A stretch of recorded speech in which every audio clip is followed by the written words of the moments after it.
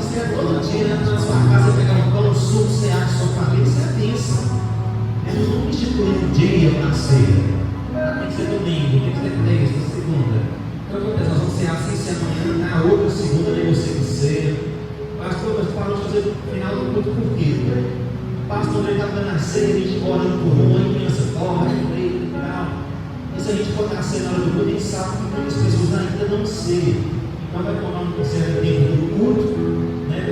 E não é todos que vão participar. Então, devido a isso, a nossa ceia será outra segunda, e amanhã as mulheradas convidadas do culto. João capítulo 12, versículo 1 até o 6.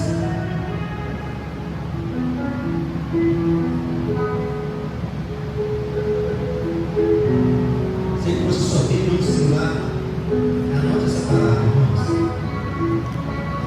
A partir do próximo domingo, vou falar já assim, alinhei, né, com os pastores, com o povo, vou olhar depois com os obreiros, e depois eu vou trazer para a igreja novidades sobre o nosso estudo de domingo, amém?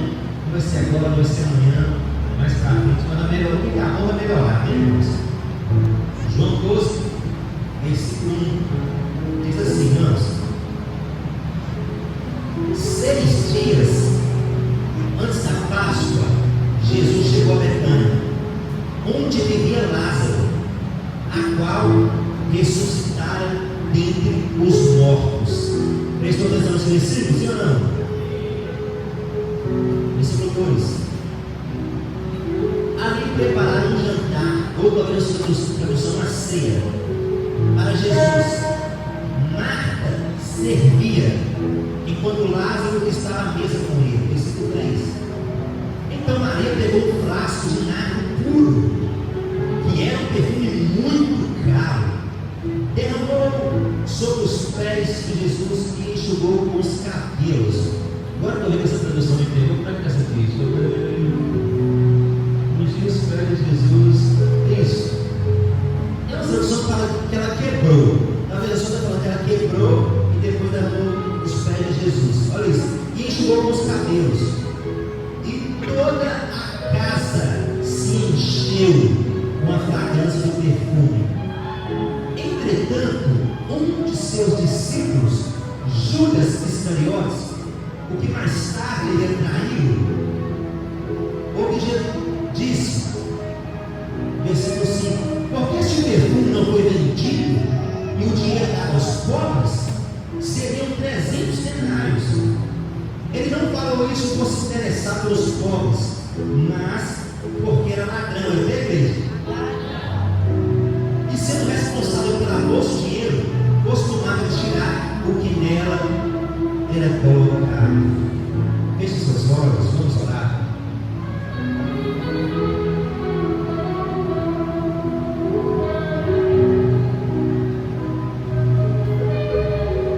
Bendito é o seu nome, Jesus.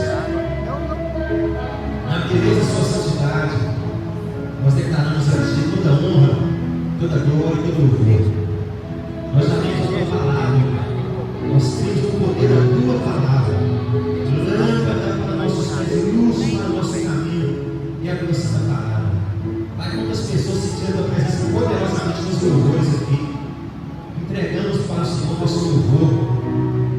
E agora, meu Pai, nós pedimos ao Senhor, fale conosco, através da Tua poderosa palavra. O Senhor não dispensa ninguém da Tua presença de mãos vazias. Se o Senhor me usar, se o Senhor tomar minha boca e falar com a Tua igreja, ninguém vai sair daqui da maneira que chegou. Fala conosco, fique à vontade, nosso Deus, nosso Espírito Santo. Nós rejeitamos e louvamos tudo que não pode de Ti, ó Pai. Em nome do Senhor Jesus, quem não agora diz? Aplauda o Senhor. Eu pedi a menina lá, quando eu vou ver o céu e vou jogar fora. Oh, meu Deus. Irmãos, eu coloquei um tempo nessa mensagem. O meu melhor. Fala para alguém assim: o meu melhor.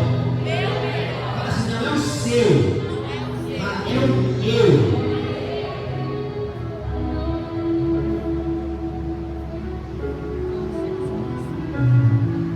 A gente vai entender o porquê desse título.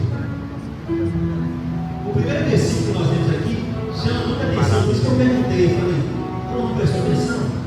Baixinho, rapidinho. Deixa eu entregar o rolo. Por quê? Fala que Jesus Ele foi chamado para um jantar. Algumas traduções falam de ceia. Até aí tudo bem. Só que a parte B do versículo fala de uma pessoa ilustre nesse jantar. E fala assim, ó, Marta servia.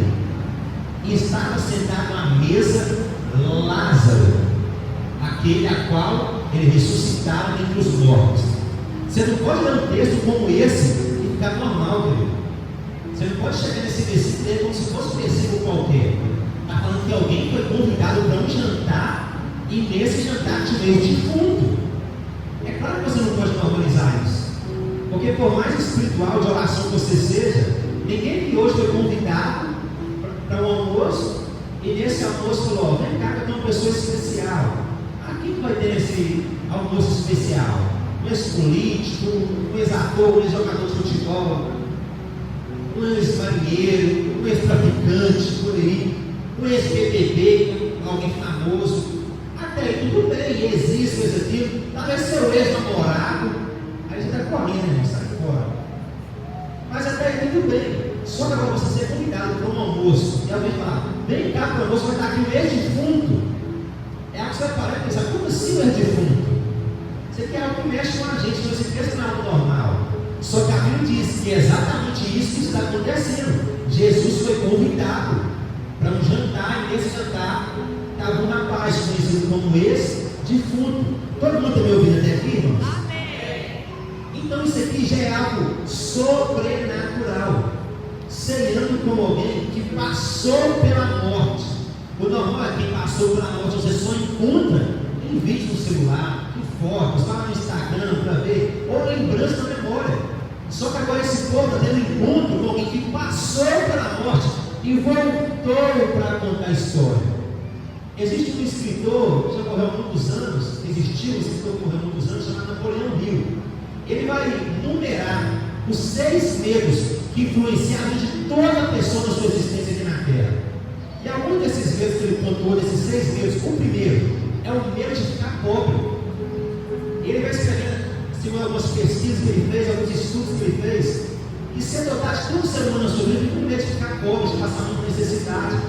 O segundo medo é o medo de envelhecer. As pessoas têm medo de envelhecer, ficar fraca, perder a força, perder aquele vigor. O terceiro medo é o medo da crítica. Muita gente tem medo de ser criticado. O quarto medo é o medo da doença. Muita gente tem medo de ficar doente, porque impede o controle de tudo. E ele vai numerando, quando chega no último, no 6º medo, ele vai pontuar esse, o medo da morte.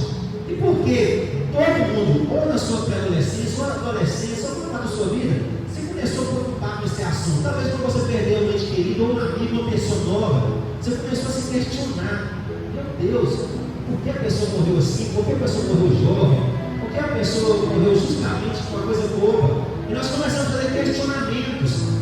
Porque muitas vezes nós limitamos o que Deus tem para a nossa vida apenas nessa vida que curta e passageira. Só que quem acredita que depois da morte você retorna para a sua origem, para a sua casa, para a eternidade, para o paraíso? Alguém acredita nisso? Ou você deve ser só isso aí, que morreu, foi no caixão, acabou. Então esse escritor ele vai pontuar isso, fazendo algumas pesquisas, que todo ser humano, sendo tocado na sua vida, ele vai passar pelo medo da morte. De alguma forma esse medo vai influenciar ele. E tem pessoas que são tão assim, assaltadas a sua alegria, a sua fé, a sua paz, por esse medo da morte, que elas deixam de viver mesmo estando vivas. Talvez eu morrer daqui a 50 anos, mas o medo da morte, rapaz, vai deixar de desfrutar por hoje. Talvez você já ouviu ou conhece alguém que foi chamado para fazer uma viagem de avião e falou, eu não vou porque eu tenho medo de avião. Essa pessoa tem medo de ter, consequentemente o medo é esse, o avião cair e morrer. Aí talvez você fale, então vamos de carro, eu não vou porque eu tenho medo da BR, o acidente BR é perigoso demais. Você fala, vamos de navio, eu tenho medo de afundar igual o Titanic. Então, o medo vai consumir essa pessoa tanto medo de morrer, que acaba roubando dela até a vida do presente. E talvez alguém vai morrer daqui muitas décadas na frente. Mas esse medo, se você não expulsar da sua vida, ele vai roubando de você algo, que é o quê? O seu melhor. Fala comigo, o meu melhor. Então ele contou esses 6 meses. Vou ler aqui para ficar bem na mente de cada um. Medo da pobreza, medo de envelhecer, medo da crítica, medo da rejeição, medo da doença, o 5 e o 6, o medo da morte. E segundo eles, todos cedo ou tarde vão passar por isso.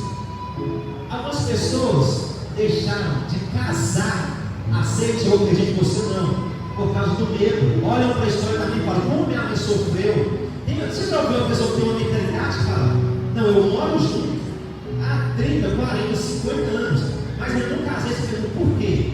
Não, porque é casar e as brigas começar. Olha, você já escutou alguém falar isso? Não, estou morando junto com a mãe, é casar e começar as coisas da mãe. Olha a mentalidade da pessoa, eu tenho medo de assinar um papel, de andar certinho, corretamente, dando um bom testemunho como servo de Deus, como mulher de Deus. E o bom testemunho também para os homens, ela tem esse medo que dominou ela tanto que impede ela de querer andar corretamente para dar um bom testemunho. Então tem pessoas que o medo impediu de viajar, tem pessoas que o medo impediu de casar, tem pessoas que Deus fez uma promessa, colocou o sonho no coração, mas o medo não deixou tirar o sonho do coração e colocar para fora. Eu vim pregar para alguém que o seu medo já te atrapalhou demais.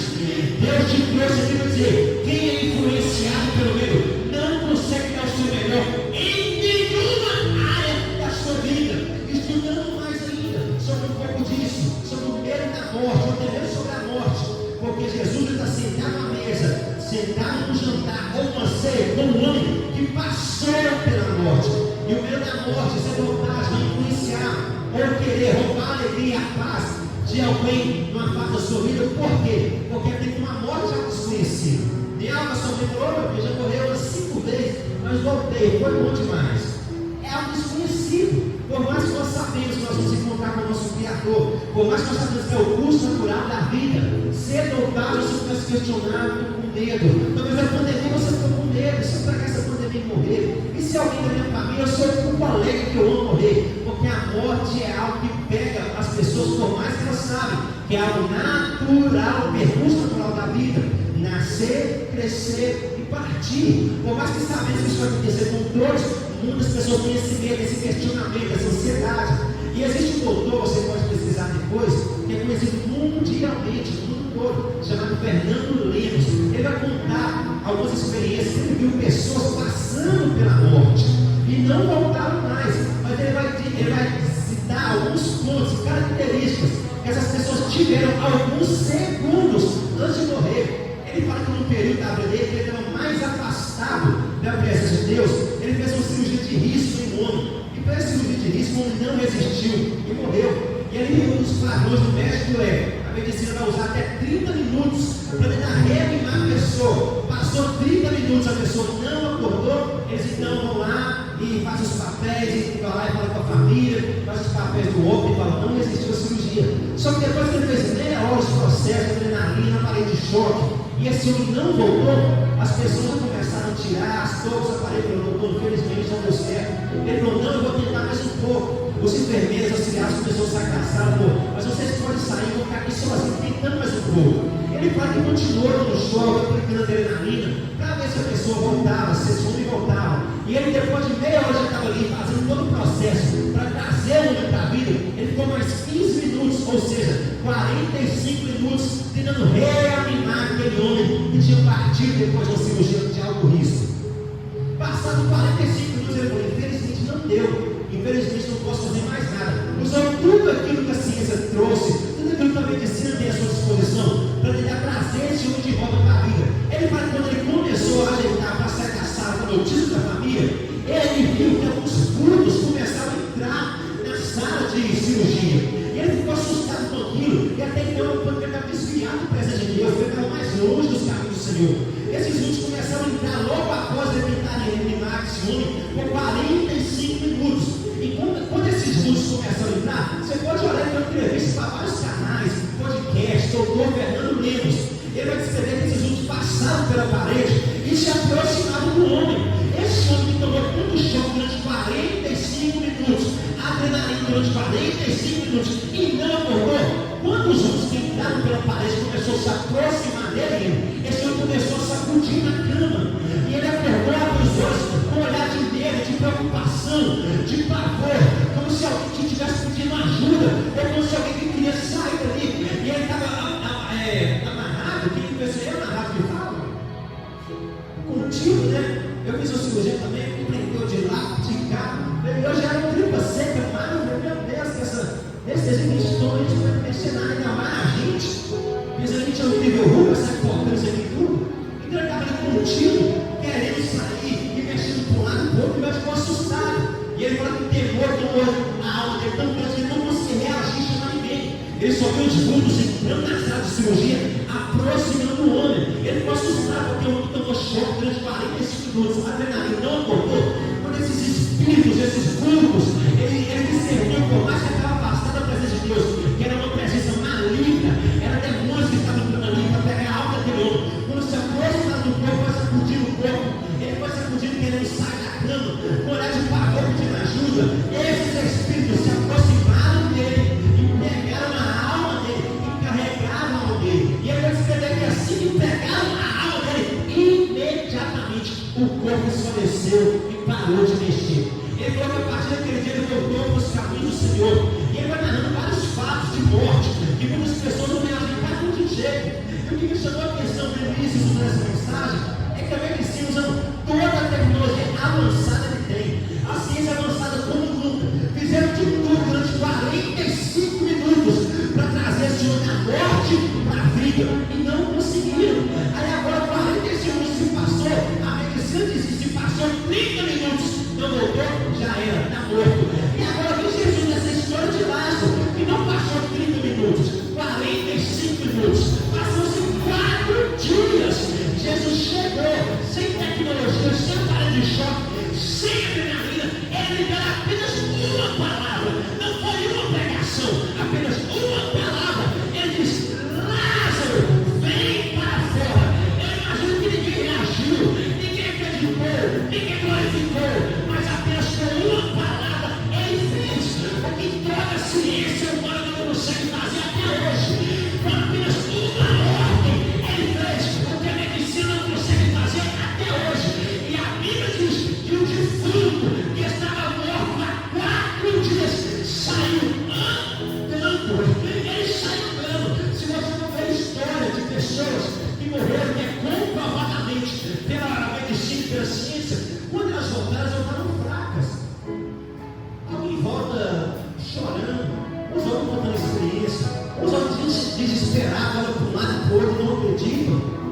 Eu vi um fato de um que voltou, ele disse: você tem que entregar, ele fala para uma amiga, você tem que entregar a sua vida para Jesus. Ele começa a gritar, gritar, gritar. Todo mundo tem que conhecer a glória de Deus, os médicos segurando ele. Calma, calma, calma. Ele fala: não deixa calma, não. Eu quero glorificar o nome da glória de Deus, eu quero chorar mesmo. Ele volta em estado de choque, ele fala: eu vi Jesus. E ele falou comigo que não era a minha hora ainda. Eu estou te apresentando alguns fatos aqui para a gente chegar onde Deus quer falar. Então teve uma pessoa que passou pela morte, teve um encontro com Jesus, voltou. Teve outro que passou pela morte, a medicina fez de tudo que ela não voltou. E aqui tem Lázaro, um ex-defunto, fala comigo, ex-defunto, que ouviu uma palavra apenas: Lázaro, vem para fora. Se ele chegou 4 dias, está tudo acabado. A Bíblia diz que os mortos não louvam ao Senhor, ou seja, os mortos não podem fazer nada. Então ali a sociedade colocou um ponto final, ali o diabo colocou um ponto final, até se o anjo tinha colocado um ponto final. Marta falou: se o Senhor estivesse aqui, meu irmão não teria morrido. Maria falou: se o Senhor estivesse aqui, meu irmão não teria morrido. Até a família colocou um ponto final, mas uma palavra que saiu da boca de Jesus apagou o ponto final, colocou na vida e trouxe Lázaro de volta. Eu vim pregar para alguém que o diabo quer intimidar você, talvez, com pena da morte, ou alguém que perdeu um ente querido na pandemia. Eu, esse ano, perdi um ano que eu considerava um dos meus maiores mentores. Ele pegou uma gripe, coisa boba. Então, gente, meu gripado, ele continua lá em qualquer leão. Está com a campanha de 70 dias, 3 horas da madrugada, fazendo live, entregando os mistérios, a gente mergulhando nas coisas de Deus.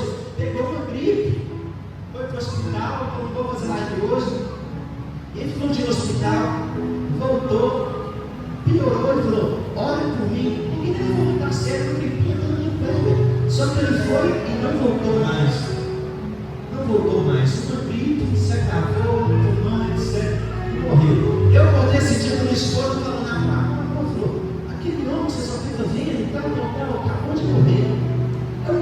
E aí, quando eu toquei aquilo, eu disse, igual você, quando descobriu que um amigo morreu, uma pessoa que você não esperava morrer, daquele temor na alma, você nem sabia o que falar. Eu fiquei muitos dias sofrendo com isso, nessa perda, porque eu era um jovem, eu não esperava jamais isso. Estava vivendo ele todo santo dia, orando. E de repente, morreu. Então o diabo usa as perdas da vida para criar em nós o quê? Questionamentos. E você olha para a morte, que é algo até então, que você não entende o porquê. E se você não for espiritual, você diz: a morte acabou com ele, a morte destruiu ele. Mas quando você vê Jesus chegando, não no velório, não no enterro, mas 4 dias depois, ele chamando o corpo, como se fosse algo normal, porque Jesus entendia que a morte da vida do crente não é algo para se desesperar. É por isso que Maria está questionando, Marta está questionando, e ele não, ele apenas dizendo: eu não te falei, Marta, eu não te falei, Maria, que aquele que crê em mim, ainda que esteja morto, viverá. Jesus entendeu o que Marta não entendeu, o que Maria não entendeu, que a morte não é o fim do crente, a morte é apenas um passaporte para voltar para casa. Talvez você chegou aqui e perdeu alguém há 1 ano, 2 anos, 5, 10 anos, e até hoje fala sangra, e Deus te trouxe aqui para dizer: não permita que essa perda impeça você de dar o seu melhor na minha presença. Quem veio dar o melhor para Jesus aqui, diga glória a Deus.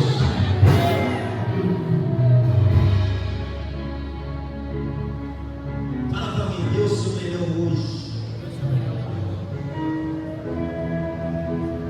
E depois de todo esse contexto, eu imagino que uma das coisas mais impactantes não foi só a ressurreição, foi olhar para Jesus e ter um tranquilo para cá. Fala: não te falei que aquele que crê em mim precisa morto verá. Eu não te falei que se crês virás na glória de Deus. Ele está conversando normalmente, no meio de um povo que está desesperado, no meio de um povo que está questionando, porque todas as vezes que a situação sai do seu controle, o diabo quer fazer você ficar na razão e não na fé. Eu estou dizendo para alguém: ainda que você não esteja entendendo nada que você esteja vivendo, continue entregando o seu melhor para Deus. Continue entregando o seu melhor para Deus. Se você ler o capítulo 11 diante, fala que Marta chegou, questionou, e Jesus falou algumas palavras com ela, ela vai e volta. Agora, quando você vai ver a atitude de Maria, ela usou as mesmas palavras, só que com atitude diferente. Maria chegou, e a Bíblia diz, se prostrou aos pés de Jesus. Aonde? É isso. Se prostrou aos pés de Jesus. Os pés de Jesus era um lugar que Maria gostava de ficar. Você não está com pressa de ir embora, não? Vamos ler alguns versículos aqui, ó. João 11:32. Quando Maria chegou, dá para colocar João 11:32? Quando Maria chegou ao lugar onde Jesus estava, o viu e prostrou-se aos seus pés. Olha isso. E prostrou-se aos seus pés. Vamos ler agora, olha isso. Os pés de Jesus era um lugar que Maria gostava de ficar. Lucas 10:39 diz assim: Maria, a sua irmã, ficou assentada aos pés do Senhor Jesus, ouvindo tudo que ele dizia. Quem está me entendendo até aqui, diga amém. Então Maria gostava desse lugar. Qual lugar, pastor? Os pés de Jesus. Mas não por quê que Marta chega e fala e vai embora? Porque tantas pessoas escutavam Jesus e não nem olhavam para os pés, ele não estava nem preocupado com os pés dele. Agora vejam, lá em Apocalipse, vamos ler Apocalipse 1, versículo 15, diz assim, ele falando que ele viu o Senhor, ele vai descrever muitos detalhes. E quando você vai ver alguém, mulher mais detalhista. Eu estava conversando com o Simon, e ele falou comigo, eu falei: rapaz, o Simon não só brincadeira, não, ele fala uns preços fortes, mas ele dá um lugar para usar ele. Ele falou: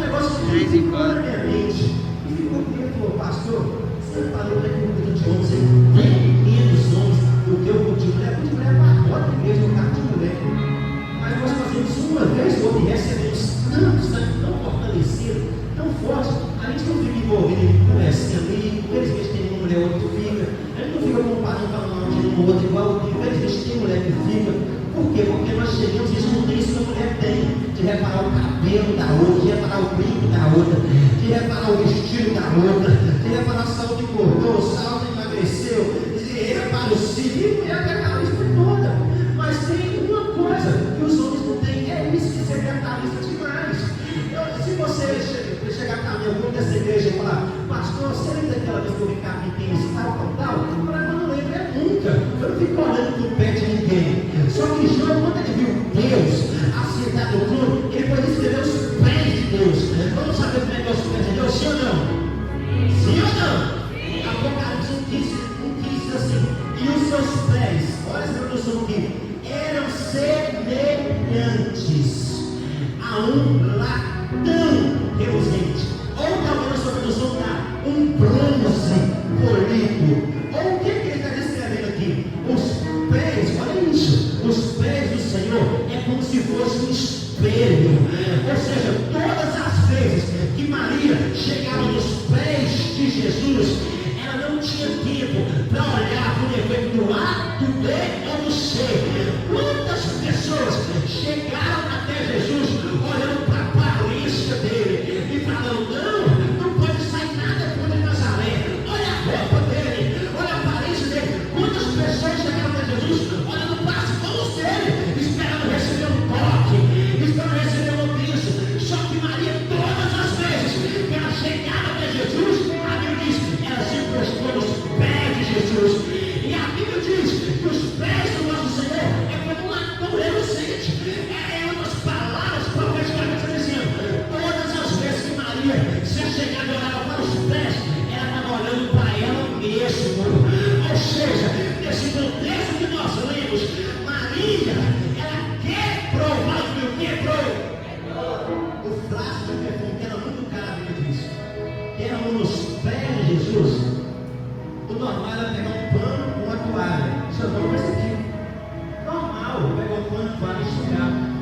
Só que ela falou, eu não quero fazer o que todo mundo faz. Eu quero fazer o meu. Ela pega e enxuga com os seus cabelos.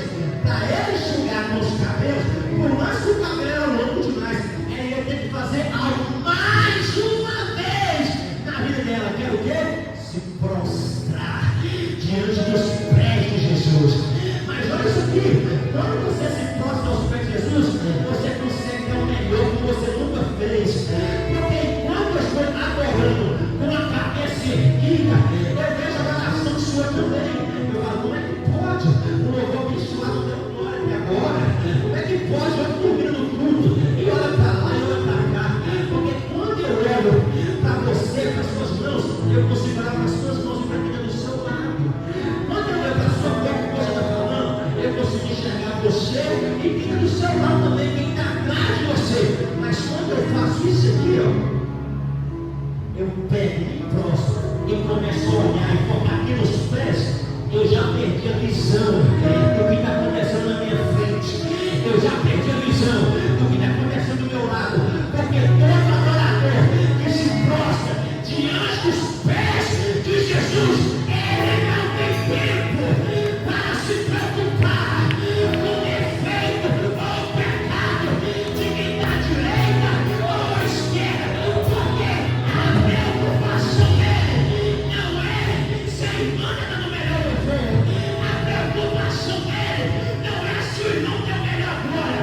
A preocupação dele ou dela é só essa. Eu quero tirar o melhor de dentro e colocar todo aqui aos pés de Jesus.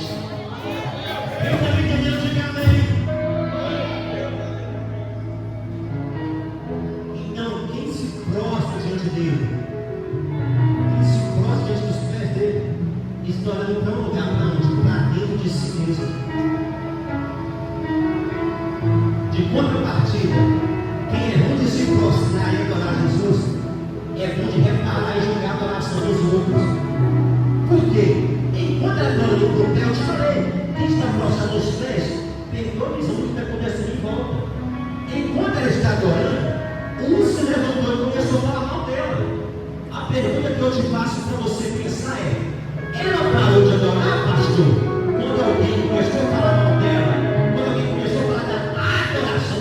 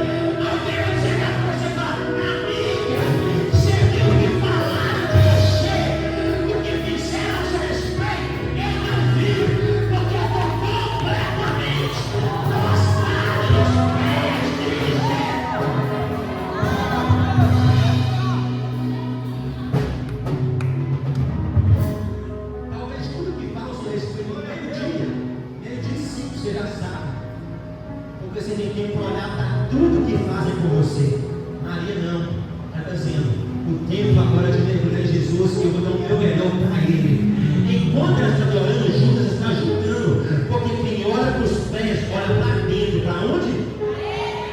Mas quando o pastor quem é muito se prostra nos pés, olha para os outros, para fora. Enquanto ela olha para dentro dela, Judas está olhando para fora, para a adoração dela. Ele começa a julgar a adoração dela, porque quem é ruim de se prostrar é bom de julgar. Ele começa a julgar e fala: que absurdo! Que desperdício! Porque para ela é o melhor dela, para ele é desperdício. Você não pensa disso? Esse perfume caro podia ser vendido e dado aos pobres. É igual o diabo para o dia de hoje. Tem gente que nunca deu uma bala para o necessitado, nunca deu um copo d'água para ninguém. Aí na hora de ofertar, ele se mata. Não, a gente passando fome. Você só lembra que a gente passou fome na hora de ofertar, ele se mata? Isso é um princípio de Judas, cuidado. Porque só na hora que ele entrega a melhor oração, e o texto responde. Ele não falou isso porque ele amava os povos, mas sim porque o dinheiro governava o coração dele. O texto diz que ele roubava da bolsa de Jesus, porque quem é onde se prostrar é onde julgar, é onde mentir, é onde roubar. É por isso que eu estou declarando para alguém: diante de Deus, você irá se prostrar.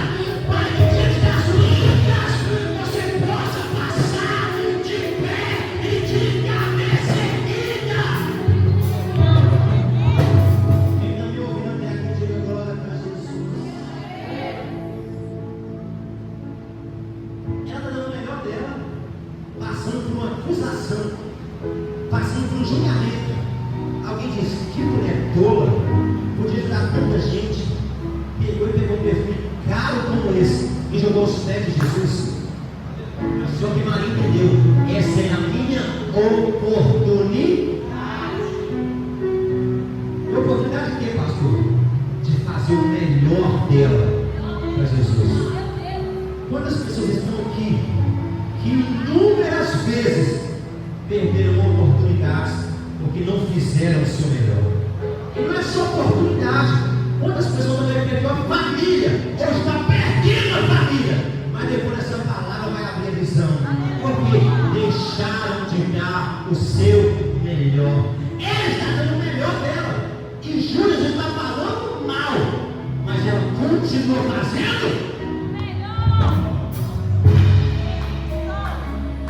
Talvez não está arrependendo o seu casamento, não é inveja, contagia e Satanás. Esse mesmo seu casamento talvez é só que você parou de fazer o. A gente inteligente, você entendeu? Porque quando você começou, você fazia o melhor. Dedicação, elogio, gratidão. Agora nada está bom, o café está ruim, o arroz está ruim. Até que hoje, até que hoje, quanto no lado você está. E o que aconteceu? Agora é porque pastor diabo, é batalha espiritual. Não, é só você que parou de dar o seu melhor. E tem pessoas que estão tão cegas que elas confessam: pastor, eu já fiz muito meu melhor para essa mulher. Só que chega na hora e você desanima. Ela diz: pastor, eu já fiz muito meu melhor para esse homem. Sempre elogiei, fazia tudo muito melhor. Só que chega na hora que eu desanimei. Eu pergunto te fazer: depois você deixou de dar o seu melhor? Melhorou ou piorou? Todo mundo sabe que só piorou. Então por que você deixou de dar o seu melhor? Eu te respondo por quê? Porque existe uma influência maligna que ataca todos nós dia e noite, não para te matar, só para fazer você parar de dar o seu melhor para Deus e para as pessoas. Porque até o diabo sabe que todo mundo que entrega o seu melhor para Deus, ele vive o sobrenatural de Deus. Então quem perdeu oportunidade, alguém perdeu família, quem talvez perdeu um emprego que você amava, porque você chegou dando o seu melhor. Aí todo lugar tem um funcionário da empresa e tem um funcionário do diabo, sim ou não? Tem um funcionário da empresa X e tem um funcionário da empresa lá de baixo, do inferno, que chegaram e viram você dando o seu melhor. O seu mal você não foi continuar dando o seu melhor. Assim como aconteceu, relacionou mal, ela continuou. Aí no seu trabalho começou a falar: oh, puxa saco de patrão. Está querendo se aparecer no patrão. E o patrão planejando daqui a anos. Quando surgiu uma oportunidade melhor, a vaga vai ser dele. Quando surgiu uma oportunidade de gerenciar, de ganhar mais, a oportunidade vai ser dela. Porque ninguém dá oportunidade para quem quer. As pessoas dão oportunidade para quem faz o seu melhor. Aí alguém estudou e falou: nossa, então eu puxa saco. Então eu quero me aparecer. Então para de dar o meu melhor. Parou de dar o melhor. Perdeu as oportunidades que estavam por vir. Aí você quer dar emprego. Estou desempregado. Deus te trouxe aqui para te dizer: eu estou te levantando hoje para ser como Maria. Não falando de você não melhor. Não te atacando e você fazendo o seu melhor. Eu estou declarando para ver. Deus está te chamando para ser diferente. Fala para mim o seu melhor. Não aceite entregar menos do que o seu melhor. Quantas pessoas têm um sonho, têm um empreendimento, elas reclamam: é tão difícil as coisas. Não é igualzinho assim, passou uns 3 meses, eu tenho 1 ano. Tem 3 meses, tem 1 ano, tem 6 meses.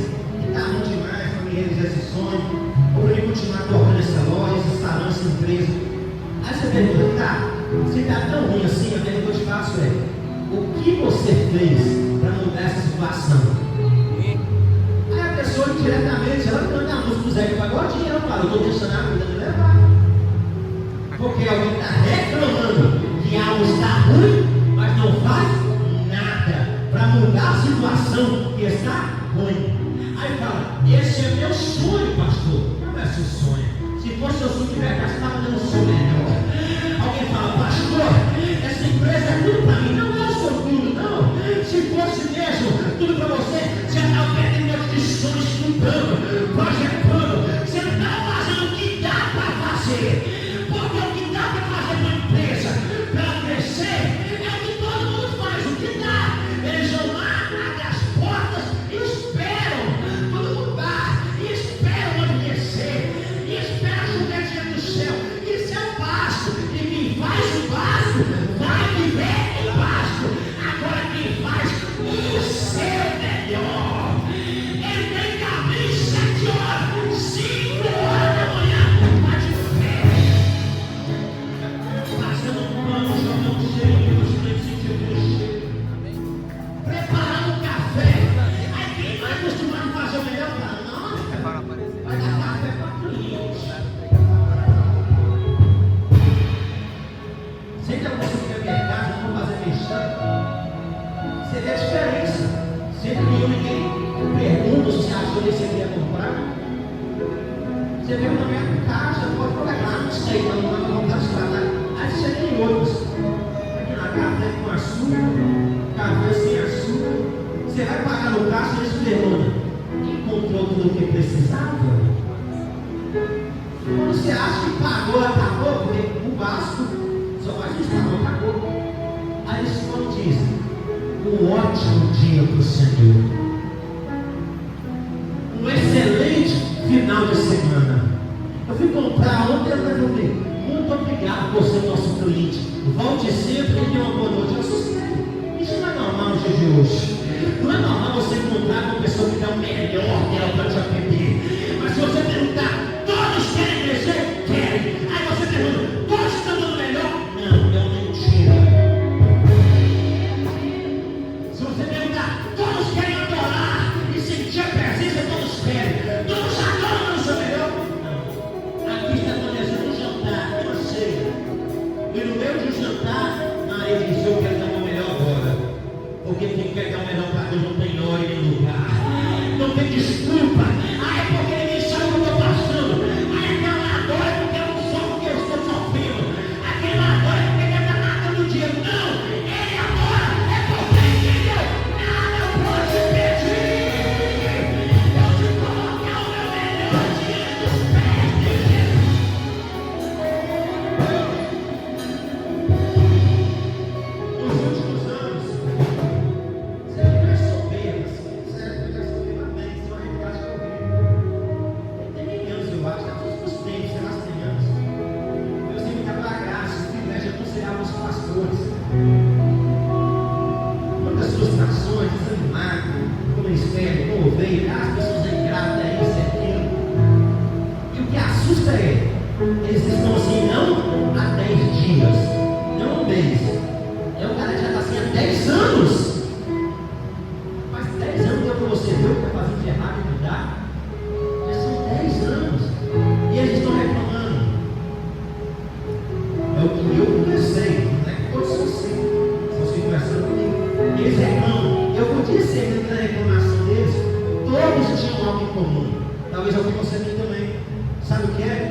Todos vocês, pastor Rei, estão esperando o melhor dos outros. Ai, meu Deus, que isso? Todos eles chegam para mim e falam: pastor, é porque não é fácil crescer com o jovem. O jovem está ali, daqui a pouco na hora que está, sai, larga tudo. Aí o jovem vai falar: não, para mim os velhos dão mais trabalho que o jovem. Os velhos batem o pé e falam: não, mas você não muda. Isso é espera quando muda, quando muda. Aí o que acha no meu coração é: todos estão esperando o melhor dos outros, porque eles não estão oferecendo o melhor dos outros. Ninguém te procura para falar: olha, eu estou aqui hoje, para quê? Para eu fazer melhor que você. Não, está todo mundo esperando ser melhor, está todo mundo esperando você pagar o melhor presente, todo mundo esperando você pagar o lanche, o despeito, a conta. Ninguém quer fazer o melhor para ninguém, mas todo mundo quer receber o melhor dos outros. Maria era algo diferente. Eu tenho uma notícia para os normais: esse não é seu culto. Eu vim pegar para quem Deus chamou para ser, né? Os filhos de Satanás. E chega mais, nossa, parece uma notificação de antigo. Os filhos de Satanás. Deus descendo para arrebentar. Então, meu ouvido, a resposta você pode dar de volta, né, para Satanás. Deixa ele no vácuo. Já você deixar o diabo no vácuo? E lá vai responder, você não responde. Mas eu dou resposta para mim mesmo. Eu falei porque esse é o meu melhor para Deus. Cada um deu o seu melhor do seu jeito. É o que eu falei. Maria está dando o melhor dela. Era um perfume, será o texto. 300 denários. Isso era um ano de trabalho. Ela pega um ano e coloca tudo em um ato de adoração. Para alguém é desperdício, para outra é loucura, mas para ela era o melhor. Só que o melhor dela não era o melhor para Judas, porque tem muita gente julgando o que você faz. Aí você fala: nossa, eu estou fazendo o melhor, pastor, e fulano valoriza, e aí? Se o seu melhor não é suficiente para o fulano, o problema não é seu, o problema é dele. Para Judas é desperdício, o marido diz: é o meu melhor. Para Judas, quer se aparecer, quer se mostrar. E aí, não, é só o meu melhor. Porque quem se acostumou a entregar pouco e fazer o vaso, se incomoda com quem faz o seu bem.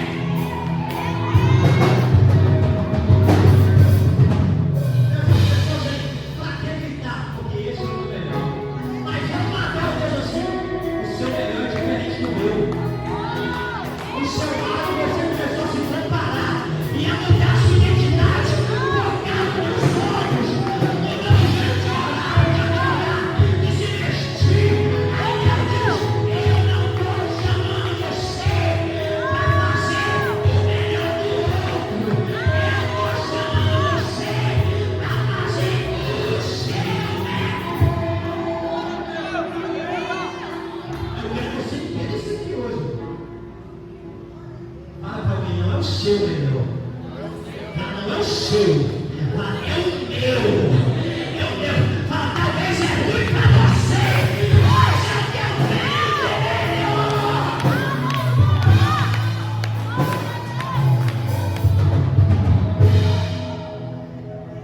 Talvez para alguém não é o suficiente, mas se é o seu melhor, continue fazendo. Só que tem outro lado da moeda, qual, pastor? Você pode olhar para mim e dizer: pastor, eu estou fazendo o meu melhor. Eu vou acreditar em você, tranquilo. Só que o nosso Deus, o seu Deus, te conhece melhor do que você mesmo. Ele sabe quando você está falando para fazer o melhor, mas está fazendo só 50%. Ele sabe quando você fala: eu não aguento mais, eu vejo o meu melhor que dava. Ele: não, está longe de você fazer o seu melhor. Tem muita lenha para queimar ainda. Tem muita aleluia, glória a Deus. Tem muita adoração para você atingir o seu melhor ainda. Eu estou pegando para o que Deus está dizendo. Nem você tem noção do tamanho da força que tem, do tamanho do potencial que tem.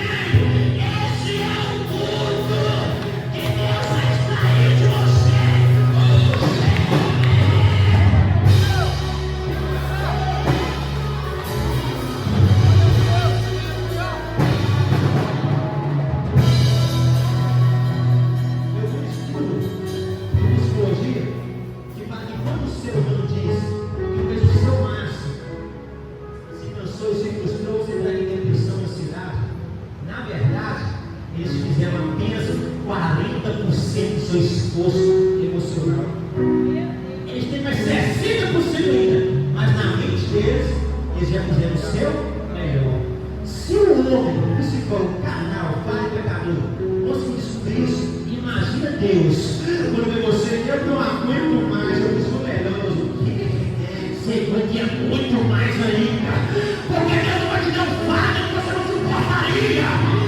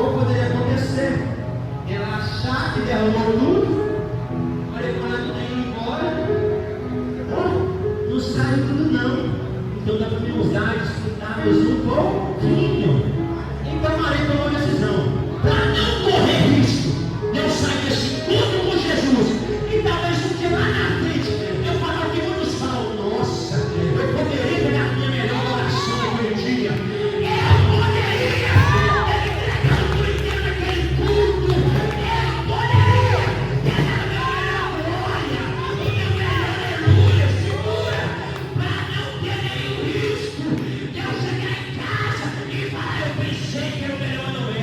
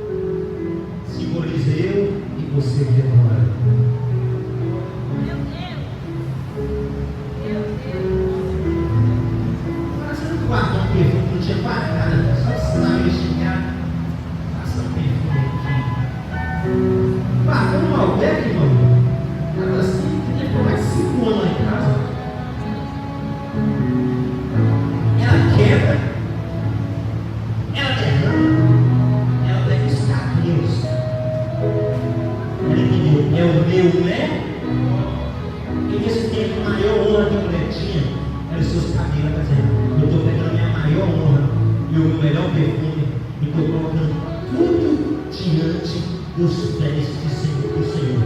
Então o vaso ou frasco de perfume estava cheio. Só que quando ele estava cheio, ele estava bonito, ele estava inteiro.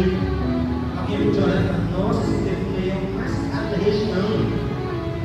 Só que ele não causou mudança nenhuma no ambiente. Deu para entender? Estava inteiro, estava bonito, estava cheio, mas não mudava nada na vida de ninguém, em ambiente nenhum. Você deu o texto, você é um bom leitor. A Bíblia diz que depois que Maria quebrou, derramou tudo para Jesus, a Bíblia diz que o aroma tomou toda a casa. Todos agora começaram a sentir o cheiro do perfume. É por isso que esse frasco simboliza você. Quantas vezes estava bonito, cheio de recursos, cheio de saúde, cheio de amigos, inteiro, de pé, mas você não causava mudança na vida de ninguém. Aí surgiu algumas situações da vida, se quebraram financeiramente, emocionalmente, a traição te quebrou, emocionalmente quebrado, os amigos viraram inimigo, emocionalmente, financeiramente, a porta fechou, emocionalmente, a calúnia e a injustiça veio, e você ficou quieto, igualzinho esse perfume. Só que a diferença é que quando você estava inteiro e de pé, você não causava mudança nenhuma na vida de ninguém. Quando Deus usou uma situação para te quebrar, aí você começou a orar. Aí Deus começou a te usar para mudar ambientes, para mudar a vida de pessoas. Você quebrado e mudando ambientes. Você quebrado de ambiente. É agora que ela se mata. É agora que ele pula da ponte, Deus tem nada. É agora que eu vou usar ele. Está quebrado, mas está sendo usado.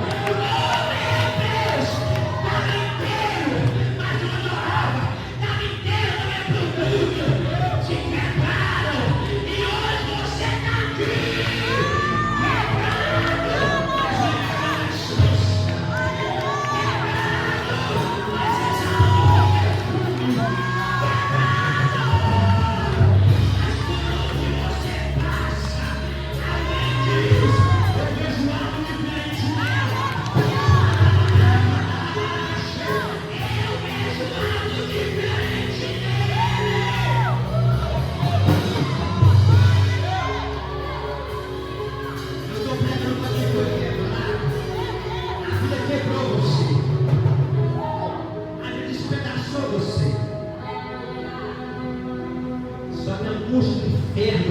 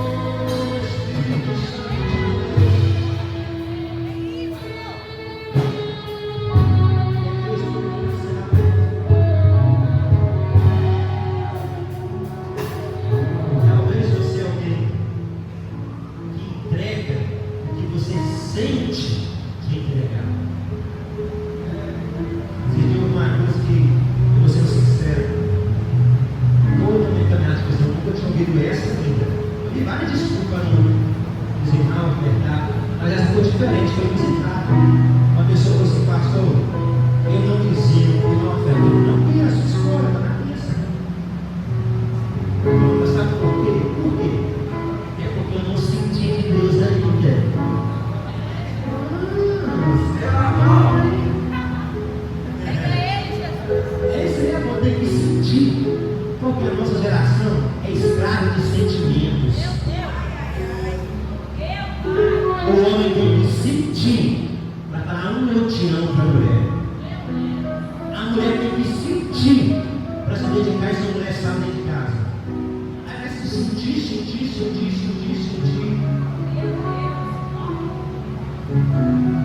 Deus não te chamou para fazer o que você sentiu de fazer.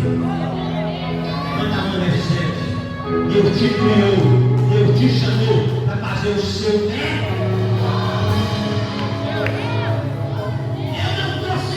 Pastor, de adorar, eu adoro mesmo assim. Eu não estou sentindo de acordar de madrugada para orar. Eu vou sentir mesmo. Eu não estou sentindo de ler a Bíblia. Eu leio a Bíblia assim mesmo. Eu não estou sentindo de tudo. Assim.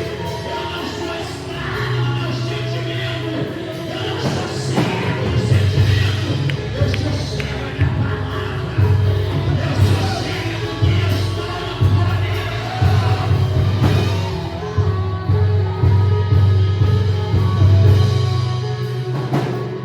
O intuito aqui hoje, você sai daqui, em todas as áreas da sua vida, você para de entregar o que você sente. Ou como a maioria diz assim, eu fiz com fulano isso, porque foi isso que ele fez comigo um dia. Ou então alguém diz, eu faço isso mesmo porque lá atrás alguém fez isso comigo. Ou seja, alguém entrega o que sente entregar e outros entregam o que te entregaram para eles. Tem mãe que fala, dia das mães, hein?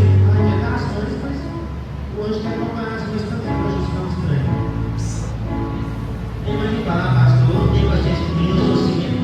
Porque minha mãe me criou assim, tudo era separado, era comercial.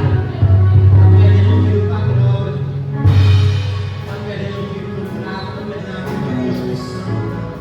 Porque você não entrega o seu melhor, você entrega o que um dia entregaram para você.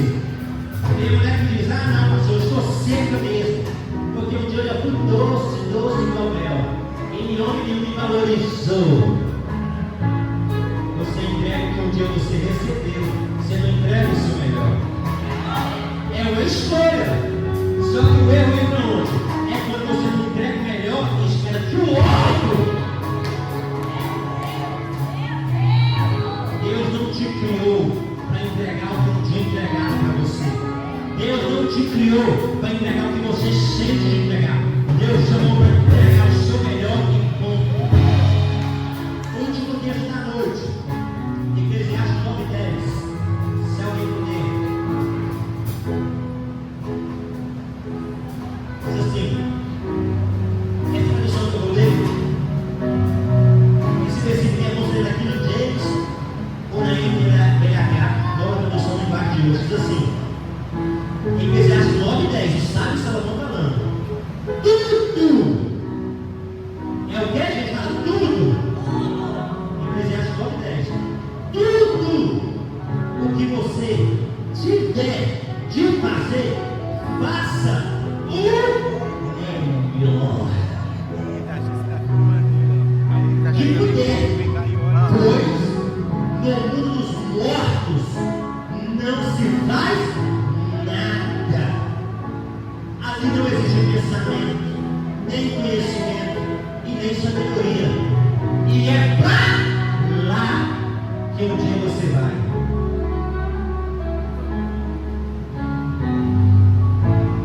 O texto está falando para quem está lendo. Tudo que você tiver que fazer, faça o seu melhor. Porque depois que morrer, você vai poder fazer. Pega tudo e faz agora enquanto está vivo. Porque vai chegar um dia que você vai poder fazer aquilo mais. O texto está falando para nós. Mas eu quero aplicar esse texto agora. Você está falando de nós para os outros. Isso são dados, estudos, né? Que está na minha cabeça. Você deve fazer isso também. Há pessoas que menos valorizam a outra. Que no dia que morreu, são as que mais choram. Eu já vi isso. Pode ter na minha casa. Que na hora que aconteceu, a pessoa morreu.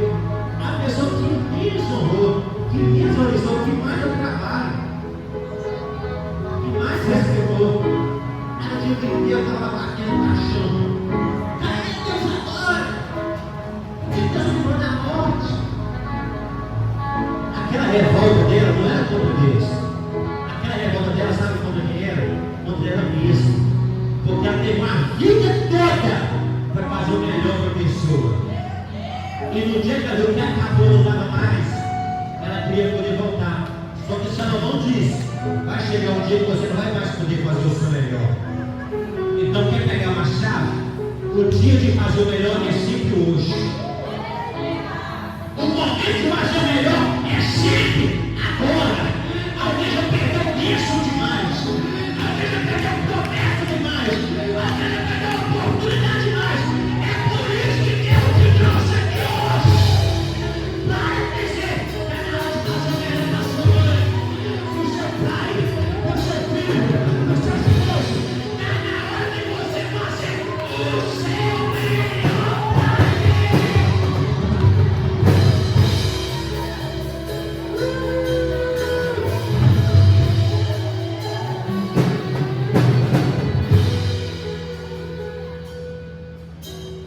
Não precisa responder, mas analise.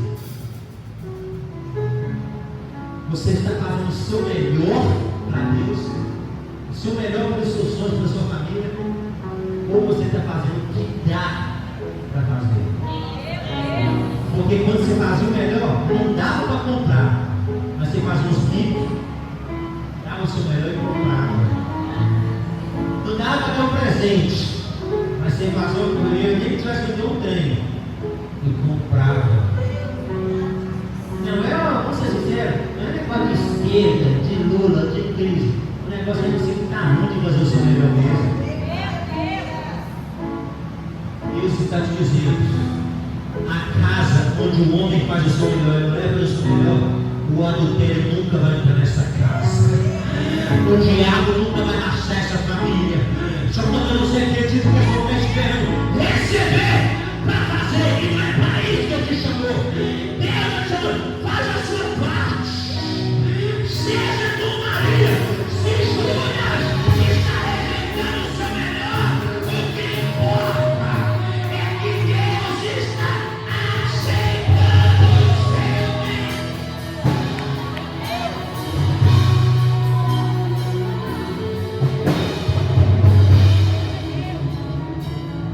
Foi quebrado, foi julgado, e talvez você parou com o seu melhor, porque quem dá o melhor incomoda. Se uma mulher que não trabalha de secretária, ela chegou lá, tem 5 secretárias, 2 vão trabalhar perfumadas, com cabelo perfeito, que roupa bem vestida. Aí chegou outra mulher, que já vai mais mal vestida, com cabelo saraiado do alto. Automaticamente, essa mulher começa a se sentir incomodada. Na mente dela, todo mundo olhando para ela. E talvez não. Aquelas outras que estão ali, às vezes se acostumaram a fazer o melhor dela todos os. A pior tragédia que pode acontecer na igreja é esperar acontecer um evento para ela fazer o seu melhor para Deus. É esperar fazer uma conferência, uma festividade, para aí começar a fazer o melhor. Não. Cada oportunidade, cada culto é único para você fazer o melhor para Deus. Eu estou pregando